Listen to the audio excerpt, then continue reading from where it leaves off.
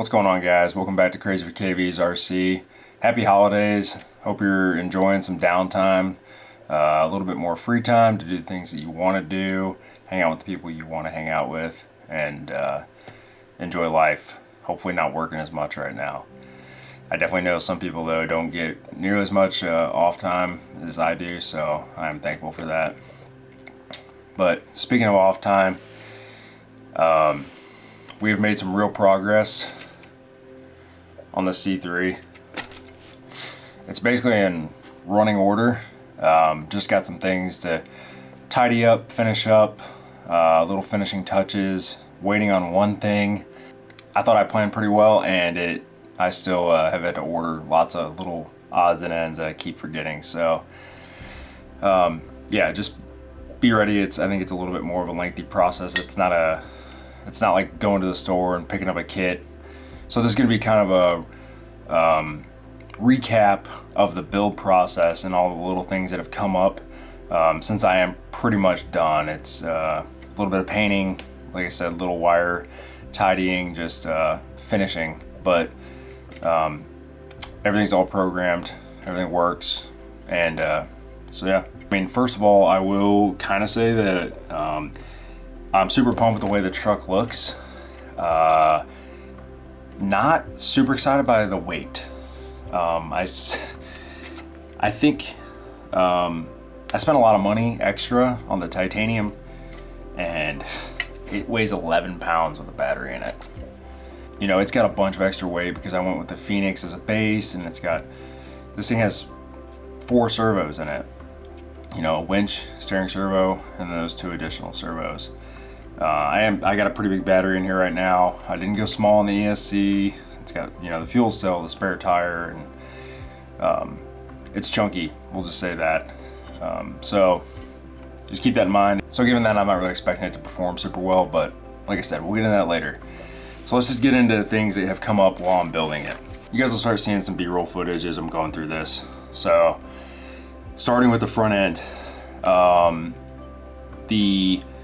the very front, I will say, like where your winch, if you're gonna run a winch, I think you pretty much have to run an external spooled winch, because that spool needs to sit down below the steering servo. You might be able to run an internal. I just didn't want to risk like running the spool line across my steering servo and possibly breaking or damaging the winch line. So the grill, the very front is the machined aluminum grill that I paid extra for. Behind that is like the base grill, I think, that the trucks come with, and it's got really sharp edges on it. So luckily I ordered the Reefs 299 LP servo winch, and it comes with a like steel braided line. I don't know performance wise if they're better or worse or whatever. First truck I put a winch in. But luckily it has like a coating on it, so I'm not as worried about it. If you're running one of the winch lines that are more like fabric like, I know like RC 4-wheel drive makes one. I'm sure a bunch of other people make them. A little bit more flexible. They don't get creases in them and things like that. You may have issues with fraying over time. There's really no way to get around its angle as it goes through that sharp piece, so it's going to kind of rub on it either way. But so moving along, so when you buy the C3, there's a bunch of different options you can choose from, and I chose that I wanted to put Vanquish Q series headlights in here. If you guys watch past videos, you know I already had them sitting around, and they're not cheap headlights. I think they're like $100. So I was like, you know what, I have them. I don't have a great project for them. This seems like the perfect project to use them. I almost didn't even put them in here. The mounts are, yes, it has mounts for them, but it kind of seemed like an afterthought. They really did not want to fit. It was an extremely tedious process trying to hold the light just right, without it being canted and possibly stripping it out. And then you got to hold a spacer between it and the bracket with a pair of pliers or something. Can't get your fingers in there. And then you gotta be able to reach underneath the truck or flip it over while you're holding all of it in place and then get your driver in there. It was, I probably spent an hour, maybe hour and a half trying to get the 2 headlights in. Four bolts, that's it. Yeah, if you really want to scale this out and you want to do the lights, just be prepared for that. It's going to be very tight, especially if you go the Q series. I can't speak to any of the other lights. I know there's some bunch of different options. I think he offers a front bumper guard or bumper slash headlight guard that you can run more of like a light bar style, and that might be a little bit better. We really didn't have any other issues with the front end, like the front axle, everything bolted up fine. So if you guys remember on my parts video, I bought titanium links for the Phoenix, and I bought all that before I got the chassis, and I was kind of under the impression that all links were going to be used. So not the case. When they send you the chassis, you get a bag full of links, and I kind of went through it and I replaced the ones that were the same size with titanium, just to save a little bit of weight, and I already paid for them. But obviously the trailing arms are part of the truck. Those come with it. Can't really replace those. It's not set up for it. And there's a few others that they just, they're a little bit different length than the titanium, so I don't want to jack up the geometry completely. So I just ran with kind of a hodgepodge of titanium and stainless. So I'm not a suspension geometry expert or a setup expert, but I do know from watching other people's videos and just kind of doing some research that you want your panhard bar and your steering link to be as close to the same length as possible. Otherwise, you are going to have bump steer. And these are pretty significantly different, unfortunately. So it is what it is. The truck is going to probably have some bump steer, but it's not going to be, like I said, a performance monster. It's 11 pounds, so we can deal with that. There's quite a bit of room underneath the hood. Where the battery tray mounts, and I'll try to get you guys some pictures of this, you can only slide it so far forward because of the VFD and the spur pinion cover and kind of where all that sits, which I love how the motor sits and where the weight sits on those, but it does kind of eat into that. So your battery tray that comes with the chassis kind of has to be slid back into the cab. It's unfortunate, but you're going to see the battery in there. And additionally, there's no real room for the ESC underneath the hood. So I opted just to kind of find the most logical place for the ESC, and I stuck it between the seats, and I don't think it looks terrible, honestly. I may try to design up a like center console and just put like some breathing ports on it for the fan to get a little bit of air, but just to kind of hide the ESC. It probably won't be the most scale. It's going to be really wide. It's going to be kind of tall, but just to kind of hide that the big Mamba X logo on the fan cover. But I am getting ahead of myself a little bit. Additionally, if you're going to run the Incision steel drive shafts like I opted for, you're probably going to have to shave your spur pinion cover a little bit if you're doing the VFD setup. At full bump, the way the suspension is set up on this truck, that drive shaft actually rubs the that cover just a little bit. I mean, I'm talking just hit it with a Dremel, basically just shave, take the hard edge off of it, and you'll be all right.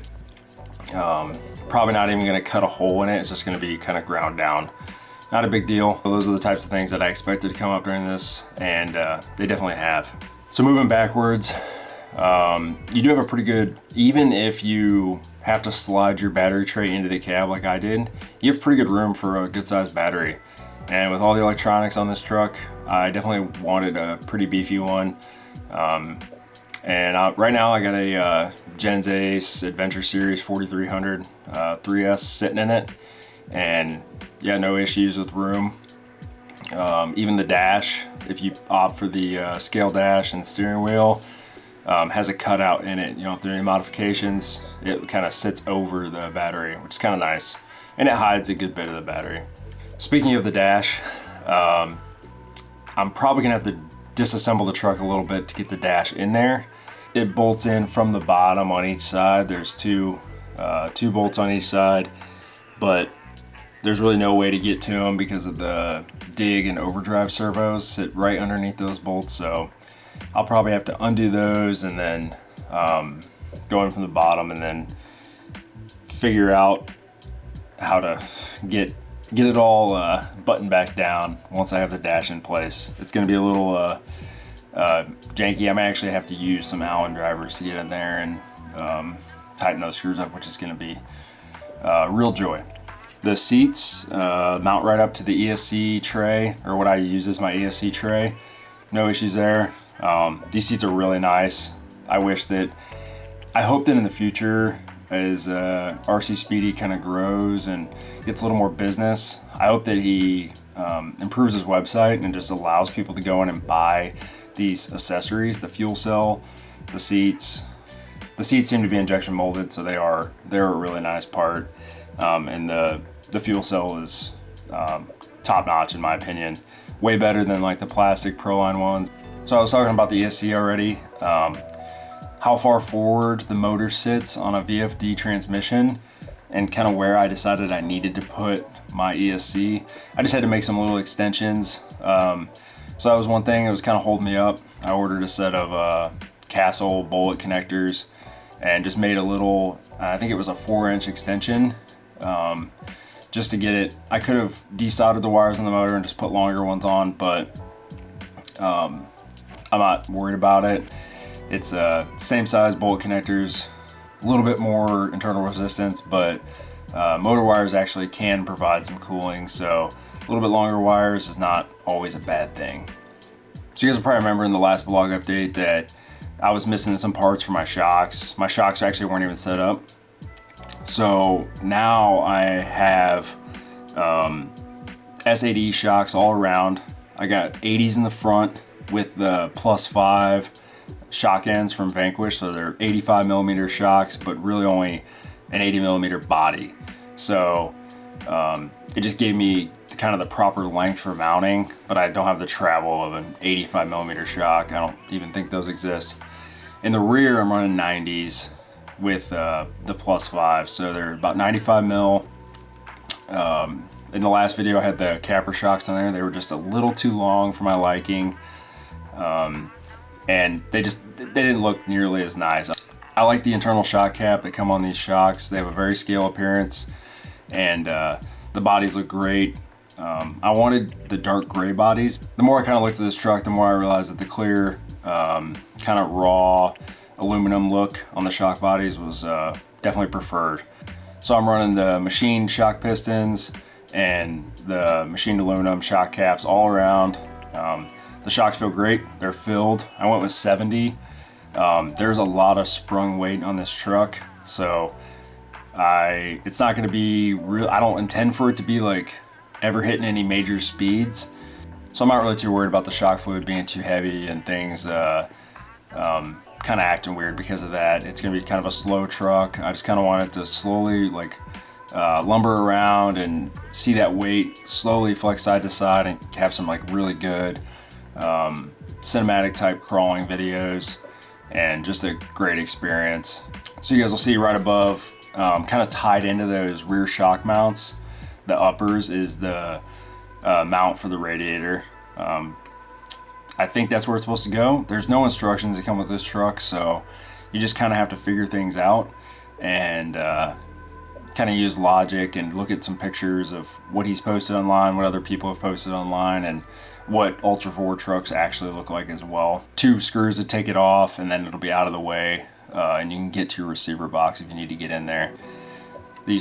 A truck like this is not designed to be easy to work on. If you have to get into it, it's going to take some work, but that's kind of the nature of caged, semi-custom builds. Speaking of the receiver box, I already talked about the fuel cell and how nice it looks. It is also an awesome receiver box. I'm glad that I have one that's so big. I have 6 actual channels running on this truck, and then I'm gonna have a 7th once I get my light bar. So while we're on that, I ordered a 4-inch light bar. I don't know why, from Proline. I need a 5. So I'm Unfortunately, they don't make a 5 straight. It's a curved light bar. So we're gonna see how it looks. If it doesn't look okay, then I'll probably just opt to not run it. I really wish Vanquish still made their rigid light bars. I don't think they make them anymore. If anybody watching this has one and is willing to let it go and it's in good shape, not too beat up, let me know. Let's see if we can work a deal out. I got some stuff I could trade, or you know, if we come up with a price, I'd be interested for sure. Back to the fuel cell, lots of room in there, lots of room to tuck your wires. You're gonna have to get some servo wire extensions most likely. It's a real long distance from the steering servo, the winch. If you're running headlights that are controlled off JST plugs that need to go to the receiver, it's a long distance to go. So pick up a pack of at least cheap servo wire extensions. The Reese ones are really nice. I like that they're all black. They kind of, you can hide them a little bit easier. They're not like the, you know, ketchup and mustard color of some of the other ones. And they also lock in too. So if something were to happen and it would pull, less likely for it to come unplugged, and you have to figure out, you know, where it's at and get it plugged back in a really tucked in spot. My only gripe with the receiver box / fuel cell is that the cutout for the wires to enter it, I just don't think it's quite big enough for a truck like this. Just another couple millimeters and you could get it in there. I'm pretty much stuffed in there, and I still have to get one more wire for the light bar into there. So I may actually have to take the Dremel out, open it up a little bit, and I'll probably hit it with a file too while I'm in there, just to make sure it's not a sharp edge that's gonna possibly like cut through my servo wires, because I really don't want to have to rewire this truck. It took a while. So moving on to the back at the bump stops. So I opted for the actual working spring bump stops, and they're a really nice part actually. The screws that he uses are so small. I did strip one out already. He sent some spares. It's the same size screw basically that goes to the hood. So just make sure you have great drivers. If you're paying for a truck like this, you probably have nice tools. I doubt you're using the cool tools that came with your kit. So just make sure you have nice stuff that's not gonna round out your hardware, because I have Protec tools, which I think are pretty nice, but I did round out one of the small 1.5 millimeter screws. The way I have this truck set up with the 90/95 millimeter rear shocks, there's not really like much engagement of the bump stops, but if you were to really slam down, it would kind of protect your shocks a little bit and prevent, hopefully, blown seals or, you know, God forbid, a shock cap popping off or something like that. Moving along to the back of the truck, this truck is narrowed in the back, obviously for performance and to give you clearance for big tires, but it's yeah, it's just a tight squeeze. Like if you want to run a matching spare, basically you're gonna have to squeeze your tire down to get it in there, and it doesn't really look perfect to me. It could look a lot better. Real world, you would never be able to handle a 42-inch tire if it was squeezed between the rails or the tubes here. So luckily it's not real world. They're 1.9, so I can squeeze them, pull it out if I ever needed it, but it's really just there for the appearance of having the spare tire. Doesn't really serve a purpose, so no real harm there, just kind of nitpicking at the chassis a little bit. And all the way at the back, one of the last things I still need to do, along with a little tightening, some wiring, light bar, and painting the front dash, I need to get my sway bar set up. When you buy the chassis, you have an option to get his sway bar. From his pictures, I just didn't really care for the look of it, but in hindsight, I should have just bought it. It was like $35, maybe $40 option. I ended up buying a Reefs sway bar, which was more expensive. Definitely looks a lot nicer, but the issue is the actual sway bar piece that comes with the Reefs is not long enough. So I went with a Rift sway bar from Triel. And on that one, the actual piece of spring steel that serves as the sway bar and gives it the actual working properties is 1/8 inch diameter. So I need to get in and drill out these sway bar mounts on the chassis. Just haven't got to it yet. Hopefully in the next day or two I will. And I also will have to drill out the Reefs sway bar arms. because they're not set up to accept that. I will have to cut that sway bar down, it's too long, and give it a flat spot for the grub screw engagement. So for the bottom of the truck, I've seen in the groups online, some people have been having issues with the flat rails that make up basically the bottom of the tube chassis. It's where the skid plate ties in. And one of the issues is you only get single shear engagement on your links. I know some of the guys that opted for the stainless chassis have had some issues with bending those with very minimal hits. And honestly, I could see it. It's a super heavy truck. Even if you don't opt for all the scale stuff and all the servos, the stainless is gonna add some weight as well. So you're probably still looking at a 9, maybe a 10-pound truck with a battery in it. And yeah, it's definitely feasible that you could bend those. Now you could bend them back, but as a lot of you guys know, as you bend metal back and forth, it usually gets weaker. So Speedy did make it right. He offered free reinforcement plates for people who have already bought a chassis, and every chassis you buy now will come with them. But I know he also said that if you bought titanium, you don't really need to spend the time because you don't need to worry about bending it. We'll see. I don't think I'm particularly hard on things, but I'm also not known to like really baby them. So if I bend it, you guys will definitely find out, and so will he. As you guys can see here, this is kind of how the skid plate mounts up to the bottom of the chassis. It's something that I was a little intimidated by, you know, not having directions and kind of first build where I just had to figure everything out on my own.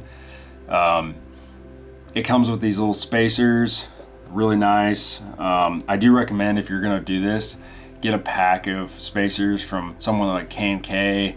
I'm sure Amazon has some really cheap ones. Just pick up some variable spacers from, you know, all the way from like 2 mil up to 6 mil. It'll help with your shocks and various other things if you need to create some clearance or move things around a little bit. So you can see that the skid plate kind of sits in between those, and then there's spacers that sit on the outside of it, and then there's the screws that go in and kind of tie into the skid plate. And then the links I have mounted on the outside of those metal plates. That's how he has it online. That's how other people have been doing it. Your link angles would be really weird if you try to go to the inside, and there's not really any benefit. The screws are pretty much protected by the cage for the most part. It'd be pretty hard to get in there and mar those up. So I don't think it's too big of a deal, but in the future I would like to see some like double shear setups on these, and especially for the money that you pay, it is somewhat unacceptable that people are having issues with them. But that wraps this up, guys. I don't want this video to go too long. There's gonna be one final video for this, and then you guys will see it definitely in the future. Before I go, I just wanna let you guys know, I appreciate each and every one of you, and I really appreciate you watching. Huge shout out to West Desert Wheeler, who shared my channel on his YouTube. You know, for a channel that has 80 subscribers, to get 60 in a matter of a few days, that's huge. I almost doubled my subscribership over the course of a few days, and I think that was mostly because of him. And if you guys are here from West Desert Wheeler, thank you, and I appreciate the support. If you're a subscriber to my channel, or you're watching this and you don't watch West Desert Wheeler, go check him out. I think he's the best at driving and talking while he's driving. Does an excellent job of narrating, talking about what he's doing as he's approaching different lines and methodologies behind the build. It's like driving is second nature for him. I'm sure he probably does very well in competitions because it looks effortless to him. And I've been a huge fan of his channel, and I'm actually looking to maybe pick up a set of cut and shuts from him just to check him out and also to support him. That was really cool of him to do that, and he didn't need to, but appreciate it nonetheless. So thanks, Logan. But yeah, stay tuned, guys. In the next week to 2 weeks, should have the final video. Got some downtime. School is over. I'm off work for a while, so hopefully gonna get the dash painted, get the sway bar fixed, and get everything buttoned up, and we're gonna get this thing out for a drive, and then we're gonna come back and we're gonna do the final video, full walkthrough, and let you guys know my impressions of it as a driving truck. But thanks for watching. Stay tuned. I'll see you guys next time.